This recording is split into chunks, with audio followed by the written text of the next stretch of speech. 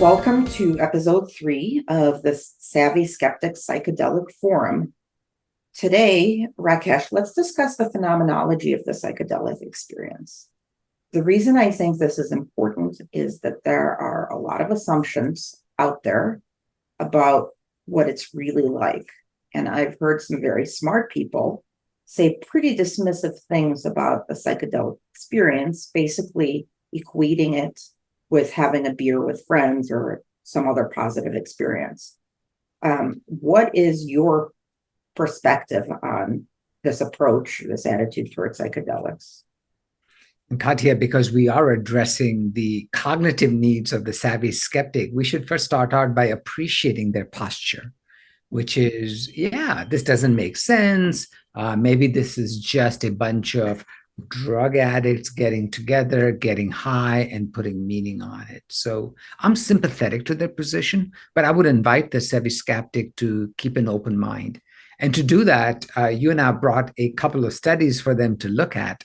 But my first thought is the psychedelic experience is highly subjective, isn't it? It's the person reporting what the experience is. But I do think in the next few minutes, we'll be able to tell the savvy skeptic that even objective measures are pointing in the direction that the psychedelic experience, which we'll talk about in more detail in a second, is a real entity. And not only is it a real entity, it seems to have a very important role in the ultimate benefit a person has. So, as an opener, I would ask the savvy skeptic, keep an open mind. We really do want to together better define what a psychedelic experience truly is. Yeah, you make an interesting point. I think that the studies that really jump out at me as really cool are the ones that use objective measures to study something that, as you say, is fundamentally subjective. And to that end, I'd like to start by talking about this really cool Danish study by McCulloch and colleagues. So they gave healthy volunteers high doses of psilocybin adjusted for body weight. And after the effects had worn off, participants filled out the Mystical Experiences Questionnaire, or MEQ. Then they wrote about their experience, and they made drawings that represented their experience. Now, only some of the participants had what the investigators called a complete mystical experience. And what they meant by that is that they got a score of 60% or more on every single domain of the MEQ. What I found to be really cool about this study is that to avoid experimenter bias, the authors used natural language processing to identify the words that best discriminated between people who had a complete mystical experience and those who didn't. And they segregated those descriptions based on natural language processing. Rakesh, can you talk a little bit about what participants who had a complete mystical experience described? Mm-hmm. I'd be happy to, Katia. And perhaps for a second, we should step back for those who may not be in the psychedelic know-how as to what a mystical experiences questionnaire is. Perhaps we should be reminded that it is, in fact, a 43-item Likert scale. It is extremely well validated, enough so that it is actually used even in FDA quality registration trials that are going on. Came out of Johns Hopkins, really. That's where they modified it. And it has 4 subscales. And that point should not be missed by us. Mysticality, positive mood, transcendence of time and space, and then this final beautiful phrase called ineffability, which really means you cannot hardly describe it. It's ineffable.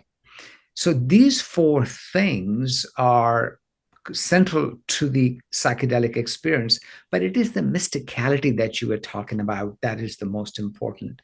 And just like anything else in psychiatry, we have a hard time wrapping our minds around that. For example, I had a very hard time wrapping my mind around the concept of anhedonia when I first started my psychiatry training. I see you nodding your head because that's a concept, unless you lived it, it's hard to actually know what feeling nothingness is like. But you meet enough patients that you get a sense of what anhedonia is. The same thing is true for mysticality. This has to do with connection. It has to do with a sense of awe. It has to do with a sense of gratitude. It has to do with a sense of connection, not just to the universe, but to your family, to your environment, to your past. And mysticality, as measured by these scales, is very strongly correlated to acute and persistent effects. But to your point, which is what is complete mystical experience, also known as CME, if someone scored a 60% or greater on all of those subscales, it was fair to assume that the person who experienced a psychedelic on psilocybin or whatever, in this case psilocybin, really did have what I think most of us would call a psychedelic trip. And the other thing that I think is really interesting is that, so they assessed, McCulloch et al. Assessed the immediate experience just following the wearing off of the psychedelic drug, but they also looked at persistent experiences through the persistent experiences questionnaire 3 months later. So they looked at right away and then 3 months later, and they found that the MEQ total and then two of the scales that you mentioned, positive mood and mysticality, were significantly associated with the PEQ 3 months later. Isn't that amazing? So here we try and one more time address the needs of the savvy skeptic who might well say, yeah, okay, fine. These psychedelic drugs induce mysticism on the day that they took it, but it is nothing but an experience. It's like having a really strong cup of cappuccino and your heart buzzes and you feel racy and you feel creative, and then it's gone when the caffeine wears off. Well, I get it. I get your concern. But what Katia and I just describing to you may in fact change your mind. So what you just heard is not only did these individuals take the medication, take the drug in this case, they clearly had, most of them, a profound mystical experience. But that wears off. That wears off within hours, definitely by the next day. But what we're talking about is 3 months later, 90 days later, they were asked questions about these persistent effects, which again, by the way, is a scale that came out of Johns Hopkins. It looks at changes in a variety of things about your behaviors, your attitudes, and most importantly, about your belief system, your perceptions of self, your relationships, and your world. And these two elements showed not just a large change, but a statistically significant change. Though I might hasten to point out the other two items, while they did not meet statistical significance, really moved in the correct direction. So for us who are in the skeptic range, all of a sudden we are confronted with this positive news, which is even in healthy volunteers, none of these individuals had a disorder. There's something about a single psychedelic experience that does lead to significant mysticality that can be persistent. In fact, was persistent all the way out to 3 months in many of the challenges we humans have, which has to do with connection, which has to do with negative beliefs about self, negative beliefs about others. And it seemed to enhance, not just reduce these negative feelings, but enhance these feelings of connection and mood and positivity. This is pretty big news, isn't it? It is. It sounds overwhelmingly positive, but to be the devil's advocate, let's talk a little bit about negative experiences. I think a lot of our audience of savvy skeptics are concerned about so-called bad trips or negative experiences with psychedelics. Can we talk about a recent paper by Simonson in the Journal of Affective Disorders on challenging, difficult, or distressing experiences with classic psychedelics? Can you tell me a little bit about that study? I'll be happy to, and so glad that you always look at this in a fair, balanced manner. The data that we just saw from the Danish study is actually so overwhelmingly positive, it's almost a little bit worrisome, right? They Yeah. had so few negative experiences in their healthy volunteers, they could not even run statistics on them. That's what the paper says.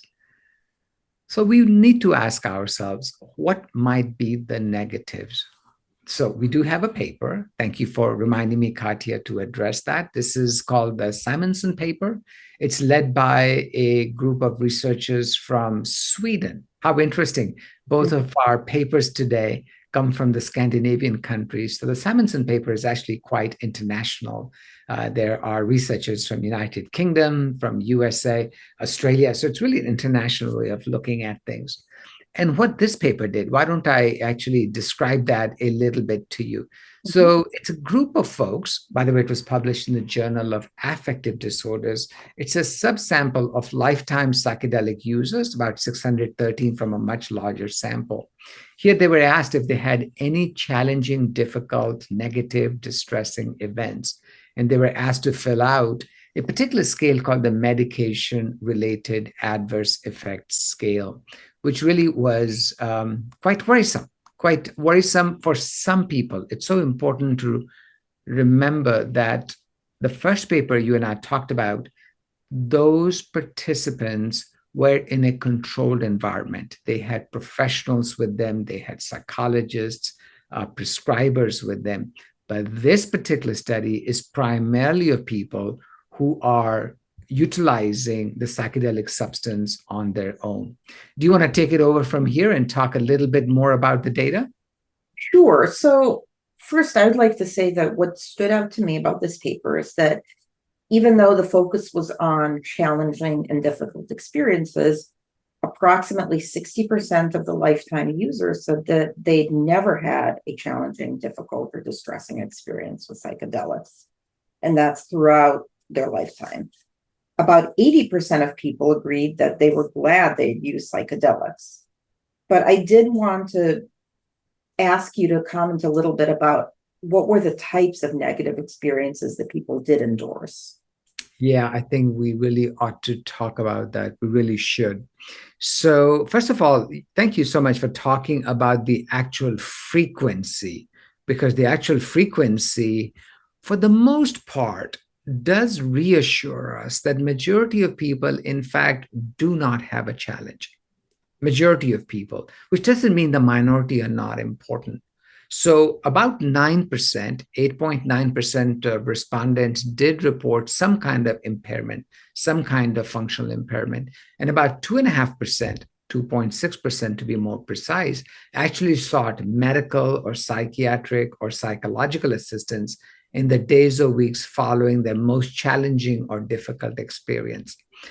I think I will mention very quickly what were some of the variables that were involved in these challenging situations. Then we will look at what actually did happen. And this is really important. So for an individual to have challenging situations, the presence of no preparation, the presence of disagreeable physical environment, and this is crucial, the presence of a negative mindset, the absence of psychological support, taking too large a dose, and having just had a major life event led to more challenges. I think this information is profoundly helpful because it then tells us what can we do in terms of what actually happened, in terms of what were some of the challenges. Some of the biggest challenges, Katia, were anxiety, existential distress, worsened depression, and some individuals did have physical symptoms which set them to go on to an emergency room or seek psychological help because they were having what one would call a difficult trip. Also, it's important to remember that very few people had persistent hallucinatory disorder, which, at least in psychiatry, we tend to think everybody who uses a psychedelic may have that, but that turned out not to be true, even in a sample that is almost seeded to have more difficulties than perhaps one might see in a more controlled environment. I would love to hear your thoughts on what you thought were some of the challenges patients experienced based on this study.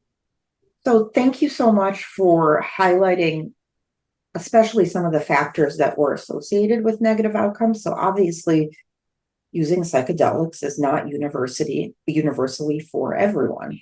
Like any medication is not universally for everyone. And we certainly don't want to minimize the experience of someone who is experiencing anxiety, because anxiety can be terrifying and disabling. In terms of the study and how it was conducted, there's a couple things that I'm struggling with. So one, it looks like people could answer for any of the questions that they have never had any negative experiences. But the numbers for people saying that they've never had any negative experiences are different. So it looks like it's assessed under more than one question. So I'm not sure I understand how they counted the number of people who did not have experiences. That's one thing. And that's really just a question. The other larger question I have, and I think you alluded to it earlier, Rakesh, was that I wonder if any of these negative experiences relate to underlying mental health. Because we know that people self-medicate, right? Yeah. And this paper could be overrepresenting people with underlying mental illness and not controlling for that. And obviously, underlying mental illness can put people in a very negative mindset that can affect their psychedelic experience.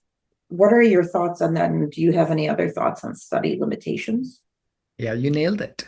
You nailed it. There's simply no other way to explain the findings from this paper without using the paradigm that you just articulated. Yes, a study like this will understandably overrepresent individuals with a number of psychiatric illnesses. And I was particularly distressed how many people come to psychedelics unprepared. Mm-hmm. And I perhaps think they come unprepared because our profession, the scientific profession, the clinical population, the clinical professionals, we have kind of looked down upon psychedelics for so long. I'm almost worried that these patients feel like the only way they can use these drugs, medications, substances, however you wish to articulate it, by going underground. And as a result, don't know much about it, don't know how to prepare themselves, how to perhaps not take certain medications right along with their psychedelics. For example, lithium showed up very prominently as a drug. If it was co-present with the psychedelic, it increased the risk of an adverse event. But it speaks to your point. Yeah, but it does speak to your point that if there are that many people on lithium and mood stabilizers in this particular study of people self-experimenting, then I do think you're right. It just overrepresents people with known psychiatric illnesses, and quite likely the risk of challenging experiences won't be that high, especially if we screen people adequately, we educate them properly, we tell them how to prepare, and we offer them integration. Yeah. No, I think that's a profound point, Rakesh. And I can't help but think that whatever our audience's stance on psychedelics, I think nothing bad can come out of science shining a light on a practice that's going to keep happening anyway. I think that people need to be prepared. And if we haven't been allowed to study something for years, how can we possibly identify best practices? That is so well said. And that's why we are directly addressing the needs of the savvy skeptic, right?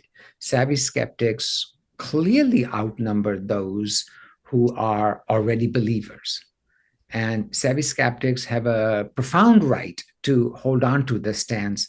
But what you and I are offering is a gentle reframe, which is think it out, look at the data, and look at the consequences of continuing to sit on the fence, knowing that a large percentage of the population and an even larger percentage of the clinical population is currently engaging in psychedelic use.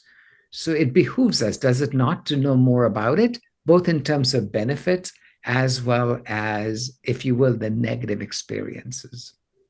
Yeah, I think that's absolutely true. I would summarize our conversation today by saying that it seems pretty clear that what happens in people's minds during an experience with a classic psychedelic like psilocybin or LSD matters a great deal to the outcome.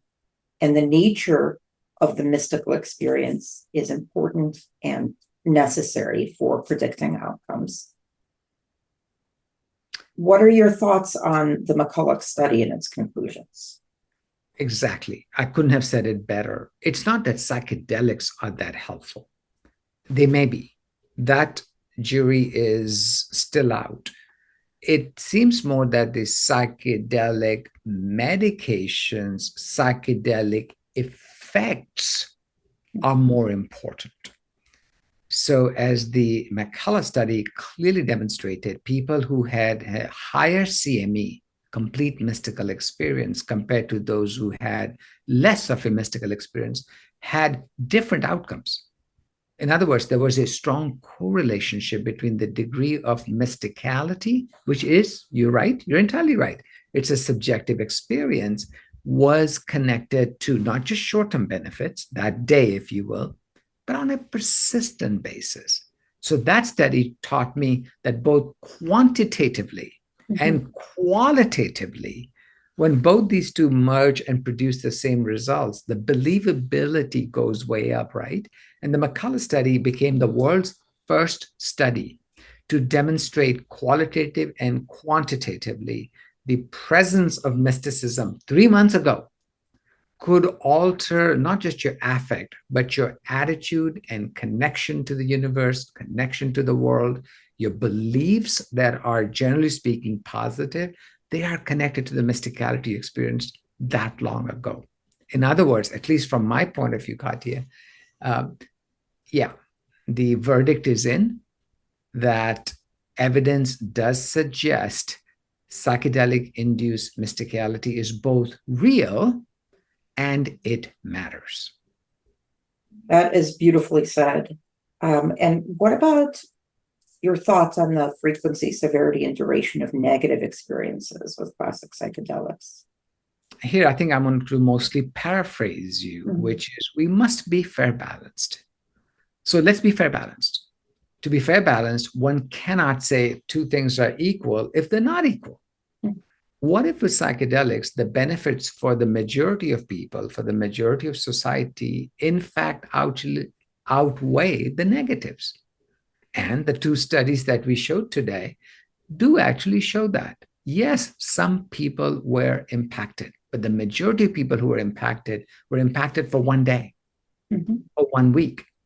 Very few were impacted for 1 month, and very, very few were impacted for an entire year.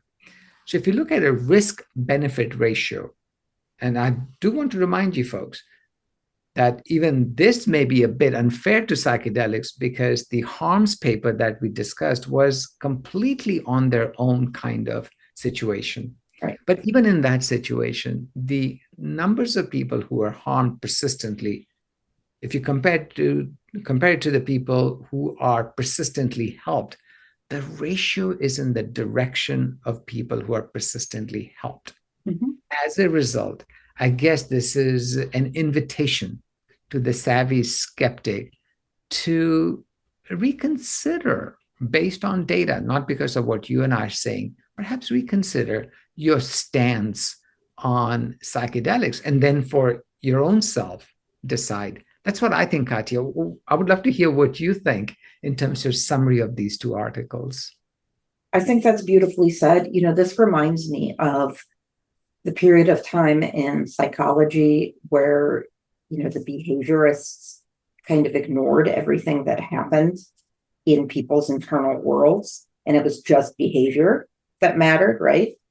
And with the rise of cognitive psychology, neuroscience, we really did understand that what is happening inside the individual matters. It's not just their behaviors.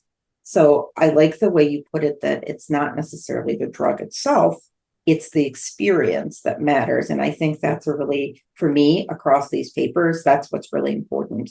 It's the effect that it has on the brain, but also on the internal world of the person that matters statistically in terms of determining positive outcomes. So I would love to thank you for joining us and thank our listeners for joining us today. Can you give us a preview, Rakesh, of what we will be discussing next time? Yes, I'm actually really excited about our next discussion. So, Robin Carhart Harris, who by now has achieved the cult status of a major cultural figure. Yeah. By the way, he's a very prominent researcher in the psychedelic world, and he's written papers on meditation and psychedelics. So, we are going to look at an ancient tradition, meditation, mindful meditation to be precise, and then we'll see how it overlaps and interacts with psychedelics. And Katia, I cannot tell you how much I'm looking forward to discussing that with you next time. Me too. Thank you so much.